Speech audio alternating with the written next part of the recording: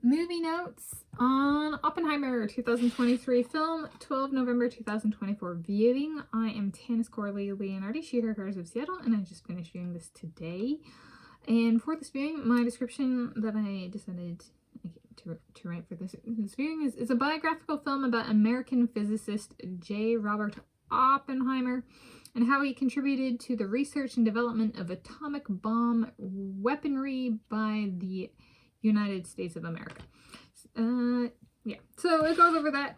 It's got, well, I have a fair amount of notes, so I guess I'm just gonna go, I have like 7 paragraphs, so to speak, which is not what I expected. So I was like writing and I was like, I'm just gonna shut myself off at some point. Okay.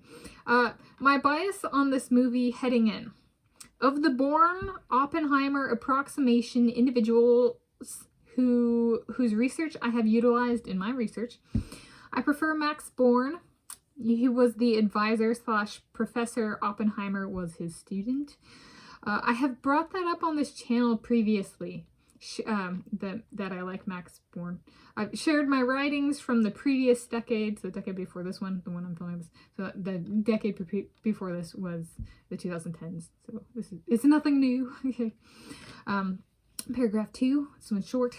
Excessive music. Yes, the music in this was, it was very pronounced at the beginning. I was like, remove it or turn it down. It was not only excessive, it was loud. So it was loud in like volume in 2 senses. Volume of inclusion and then volume of like how loud it was. I was just like, it got bothersome, so I wrote it down.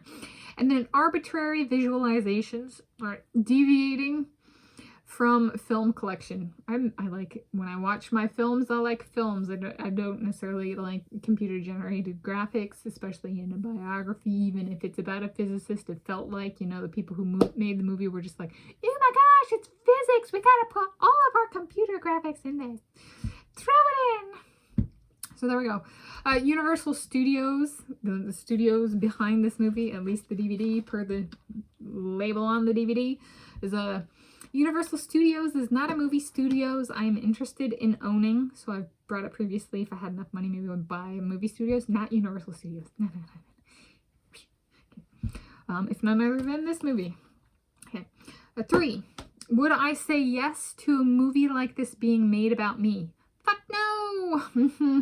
Since Bella Hadid was a Victoria's Secret's lingerie model and Miley Cyrus had her own show on the Disney Channel, perhaps Miley Cyrus is a better fit for portraying me in film / cinema as well as television. 4. I'm rating this movie 2 out of 5 stars. Rating of 2 out of 5 stars. Why then? Because if a movie gets me, Tanis Coralee Leonhardi, right, there is 0 risk of Oppenheimer and I getting confused. Right, just because I cited the guy in my own research kind of thing, it doesn't mean we're the same person at all. How about just Miley Cyrus for me, and she can shadow me as much as she wants. So if she manages to take over Bella Hadid in the movie space and she gets to portray me on television and movie, she can shadow me as much as she wants. Shadowing means following a person around. Okay. 5. If I won a Nobel Prize in Physics for my carbon-oxygen work I have mentioned previously, should I call it the Nobel Prize of the Century? The movie jacket says this 2023 film is one of the best movies of the century. So 2023. Okay. And earlier this 2024 year, I read a 2022 book with The Race of the Century in the title. So why not just say that about my own Nobel Prize? It's the Nobel Prize of the century, you know. Okay, paragraph 6. So the United States of America did develop atomic bomb weaponry. However, it was not the only independent country to do so in the 1940s. Okay.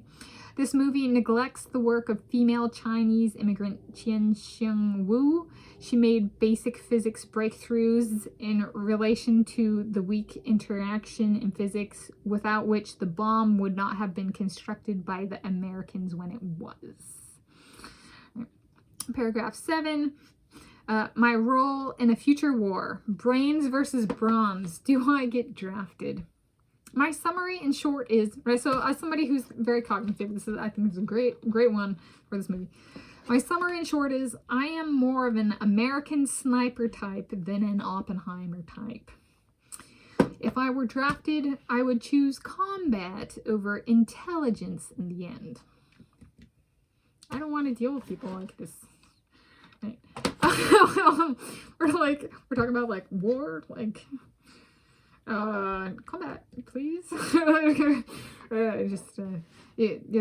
the nice thing about being in combat is you can still do intelligence work. Like as an intelligence officer can tell you what to do, but at the end of the day, a lot of them don't have real life physical abilities at the physical like combat level. So then, and having both the brains and bronze, one can be a better soldier. Right? It doesn't result in control freak complexes kind of thing. But those really are my notes. It was just having been in academia and having published in high energy density physics, a peer-reviewed journal. I gave a qualifying exam where the little hats on my little, how to phrase it, the letters that are supposed to have a certain significance that gets communicated with additional symbology. There was supposed to be a little hat on a certain letter, and it wasn't, like, my PowerPoint had some glitches, so I was very miffed by that during my presentation, but I think that was possibly in relation to the Born-Oppenheimer approximation, this Oppenheimer. Right. So there we go. I've not ever met the guy, that kind of thing. But if that's not what you're looking for, well, I think the people who like to talk about it a bunch are the people who don't necessarily have backgrounds in physics. So there we go. Those are my movie notes on Oppenheimer 2023 film, 12 November 2024 viewing.